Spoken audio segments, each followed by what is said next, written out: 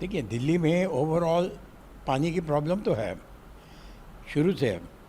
क्योंकि सिर्फ हम जमुना पे के पानी पे निर्भर हैं, और जमुना का पानी एक एग्रीमेंट के मुताबिक कुछ क्यूसेक्स रिलीज़ किया जाता है, उतना ही आपको मिल सकता है। उससे ज़्यादा हरियाणा गवर्नमेंट नहीं देती। वो भी आपको अश्योर कर दिया गया, क्योंकि यहाँ जो है ड्रिंकिंग वाटर के लिए पानी चाहिए, इसलिए आपको पूरा मिल गया। आबादी बढ़ रही है, और इन्होंने कोई दिल्ली गवर्नमेंट ने पहले शुरू में इन्होंने एक एक्सपेरिमेंट ज़रूर किया था, मुझे याद आ रहा है 1-2 साल पहले, कि जब बारिशों का पानी होता है उसको इकट्ठा कर लिया जाए और ग्राउंड वाटर में चला जाएगा। पता नहीं उसका क्या हुआ। एक शुरू कर देते हैं काम, आगे बढ़ाते नहीं हैं, बताते नहीं हैं क्या हुआ क्या नहीं हुआ। उसके अलावा मुझे तो दिखता नहीं है कि कुछ किया हो। सिर्फ ये कर दिया कि बिजली पानी फ्री कर दो, 20 MGT तक पानी फ्री है। अब पानी फ्री तो कर दो, एक मतलब एक चीज़ हो गई, आपने फ्री कर दिया, बट पानी आएगा कहाँ से, ये भी तो देखना पड़ेगा ना। वो मेरा नहीं ख्याल कि दिल्ली सरकार ने कुछ किया। आप देखिए, जितना पानी आ रहा है अंदाज़न 50% उसका वेस्ट हो जाता है। कुछ तो जो ये जो कनाल्स आ रही हैं उसमें, चलो वो तो प्रिवेंट नहीं किया जा सकता।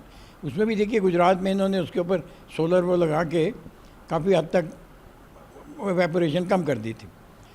इस टाइप के कुछ स्टेप्स लिए जा सकते थे, बट उसके मार्जिनल असर पड़ना था।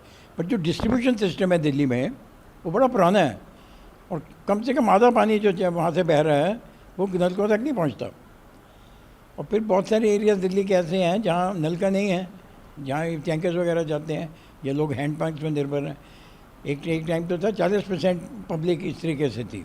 अब पता नहीं कितना फिगर है, अब 30-40% लोग। आप समझ लीजिए सबके अगर नल लग जाएँ तो बिल्कुल ही बुरा हाल हो जाएगा, किसी को भी पानी नहीं मिलेगा। तो कुछ इस पर स्टेप्स उठाए नहीं गए। एक ही तरीका हो सकता था दिल्ली में ऑगमेंट करने का, क्योंकि जो बारिशें आती हैं वो सारा पानी जमुना में बह जाता है, और तब जमुना में सरप्लस होता है, तब चाहिए नहीं होता पानी, आगे निकल जाता है। उसको किसी तरीके से वाटर हार्वेस्टिंग करके उसको सेव कर लिया जाए, और उसको फिर ऐसे सीज़न में जब कमी पड़े आप उसको निकाल लीजिए। जहाँ तक दिल्ली गवर्नमेंट का सवाल है, देखिए मैं इनमें कमेंट नहीं करना चाहूँगा, ये पॉलिटिकल उनका एंगल है। पर हर चीज़ पे कोई ना कोई बहाना बना देते हैं कि हमारी रिस्पॉन्सिबिलिटी नहीं है, हरियाणा की है, या केंद्रीय सरकार की है, या AG की है, या फलां की है, या अफसरों की है, या सेक्रेटरी हेल्थ ने काम नहीं किया, चीफ सेक्रेटरी ने काम नहीं किया। मतलब सारे गवर्नमेंट में कोई काम नहीं कर रहा, सारे मिस कर रहे हैं। एक ये 6-7 बंदे जो ऊपर हैं, भाई यही कोशिश कर रहे हैं काम करने की। बहुत अजीब लगता है ये। इससे होता क्या होगा कि पूरी डिमोरलाइजेशन हो जाती होगी ब्यूरोक्रेसी में। अब गालियाँ ही देते रहते हो सबको। तो जो जिन्होंने आपका काम करना है, अब एक टाइम तो ऐसा आ गया था, वो कहते हैं जल बोर्ड के CEO को सस्पेंड कर दो, कभी कहते हैं हेल्थ सेक्रेटरी को सस्पेंड कर दो, कभी कहते हैं इसको सस्पेंड कर दो। अरे भैया, वो सीनियर IAS अफसर हैं, सस्पेंड करना कोई खाला जी का घर नहीं है कि आप बैठे हुए आपकी ये कोई आपकी डोमेस्टिक सर्वेंट्स नहीं है कि आपका जो हुक्म हो वो ओबे करें। उनको एक लॉ फॉलो करना है, उनको एक नियम कानून है उनके। तो ये चीज़ जो है ना, ये दिल्ली को पीछे ले जा रही है, आगे नहीं बढ़ा रही।